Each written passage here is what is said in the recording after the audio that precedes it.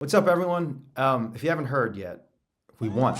And it is quite possibly the biggest turnaround story in animal rights history because 1 year ago, we were facing very serious felony charges for rescuing beagles from Ridglan Farms, this massive breeding and research facility in Wisconsin. And just a couple days ago, a court turned the tables on the industry and is now prosecuting Ridglan.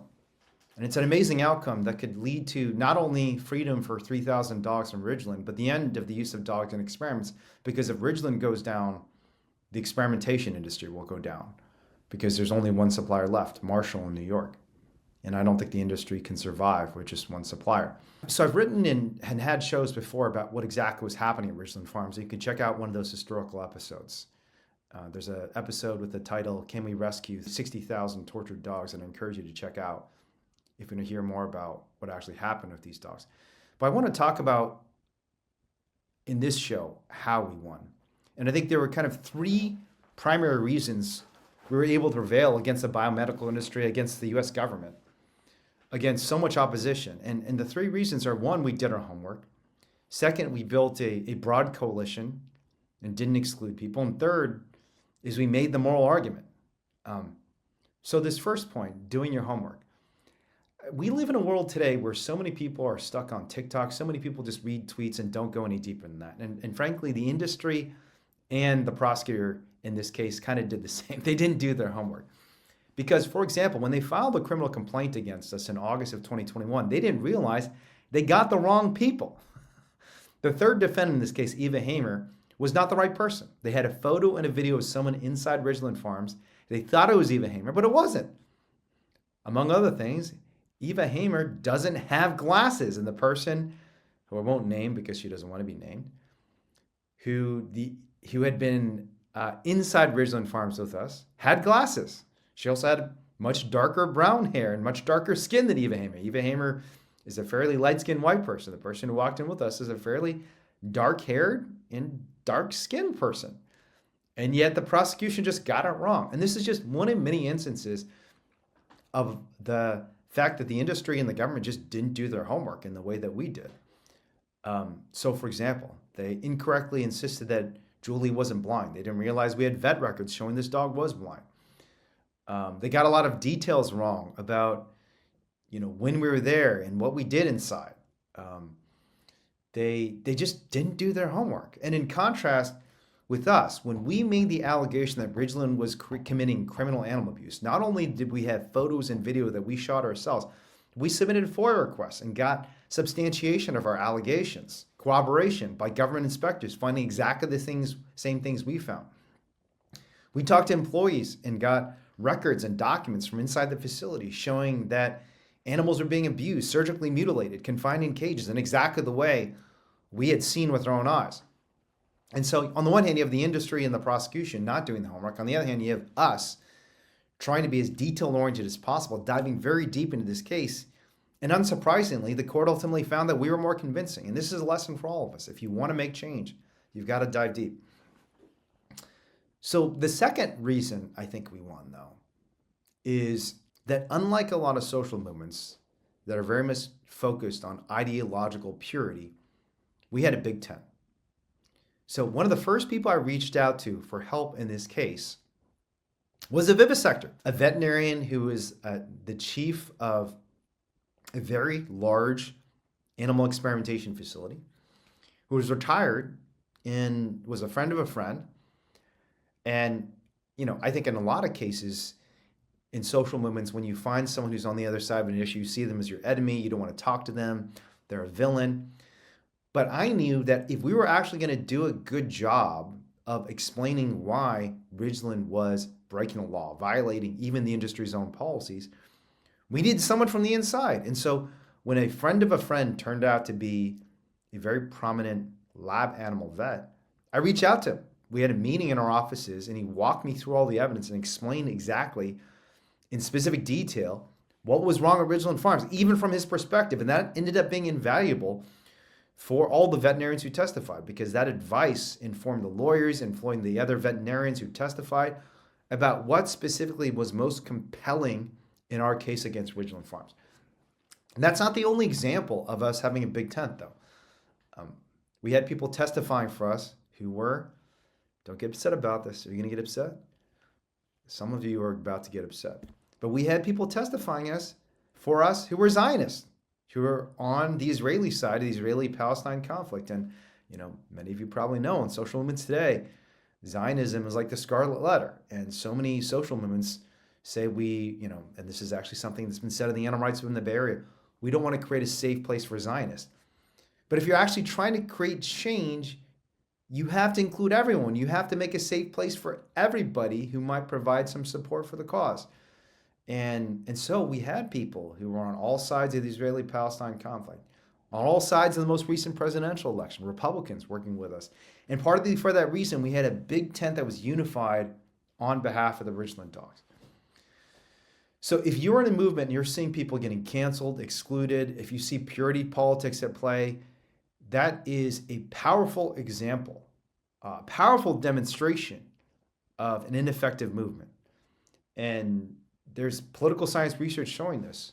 The pro-life movement, for example, which has been one of the most successful movements of the last 50 years, managed to reverse Roe versus Wade despite the fact that well less than a majority of Americans support the pro-life movement.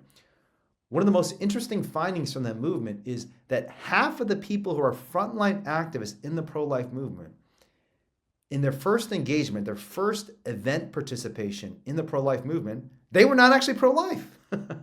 So the pro-life movement has been fantastic about including people who are not necessarily supportive of their movement in the early stages. And the animal rights movement has to be the same. Not only on our movement, but frankly on other issues too. And effective movements do this. So that's point 2. Don't play purity politics. Have a big tent.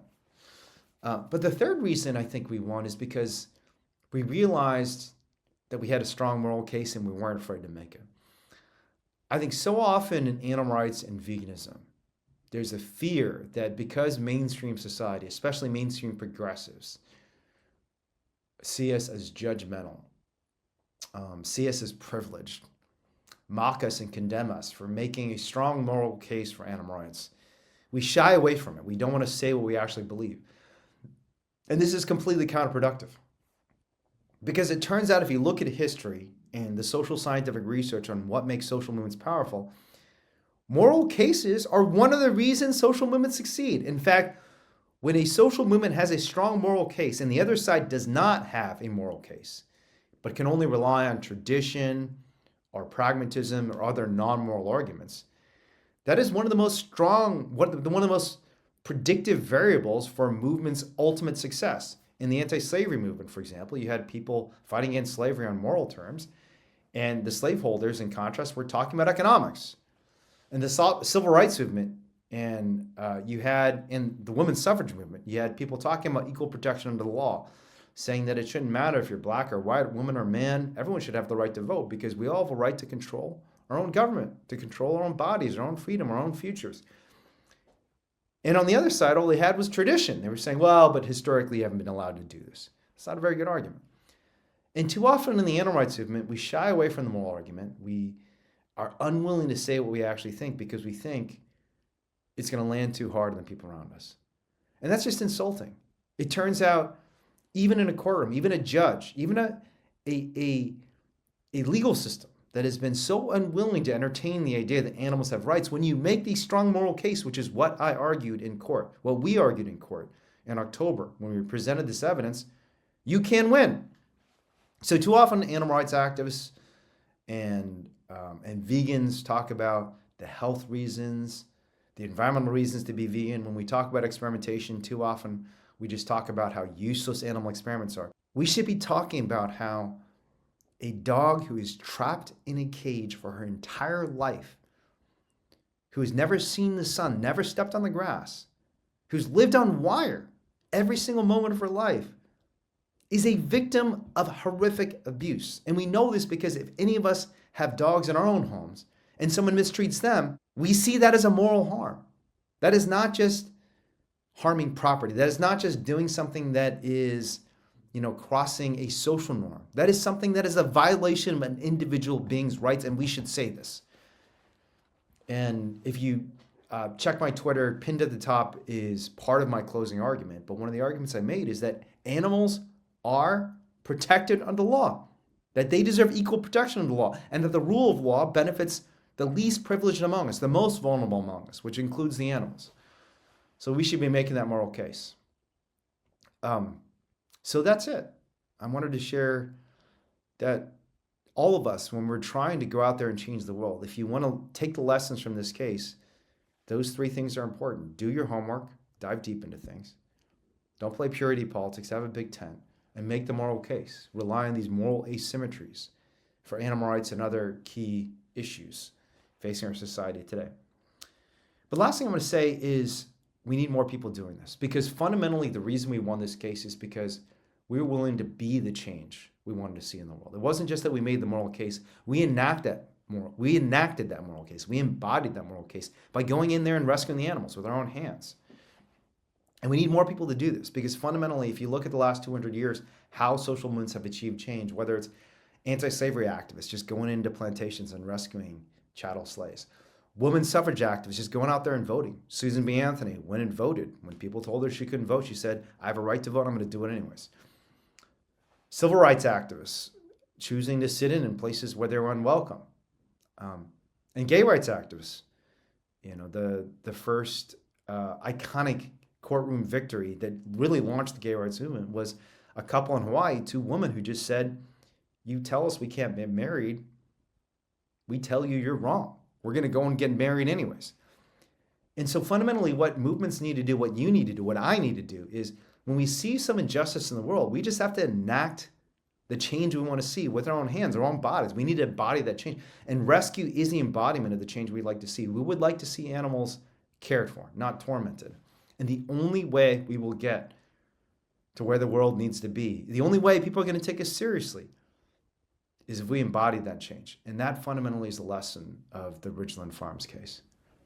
That if you're willing to be the change you want to see in the world will change.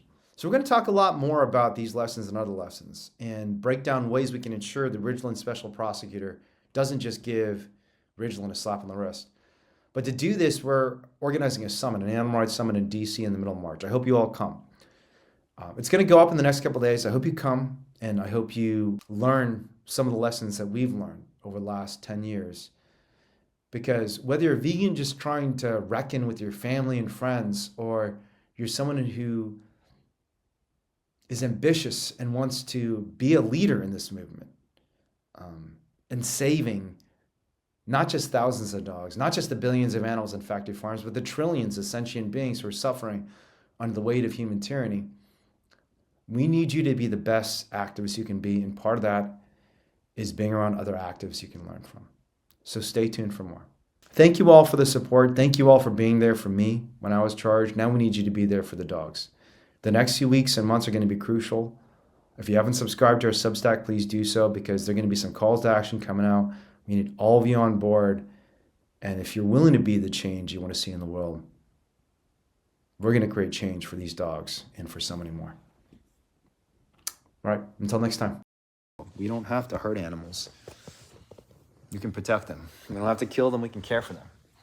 And that's who we're meant to be, right? That's who we are when we're at our best. We're caring for each other and for the other living beings of this earth and not hurting them.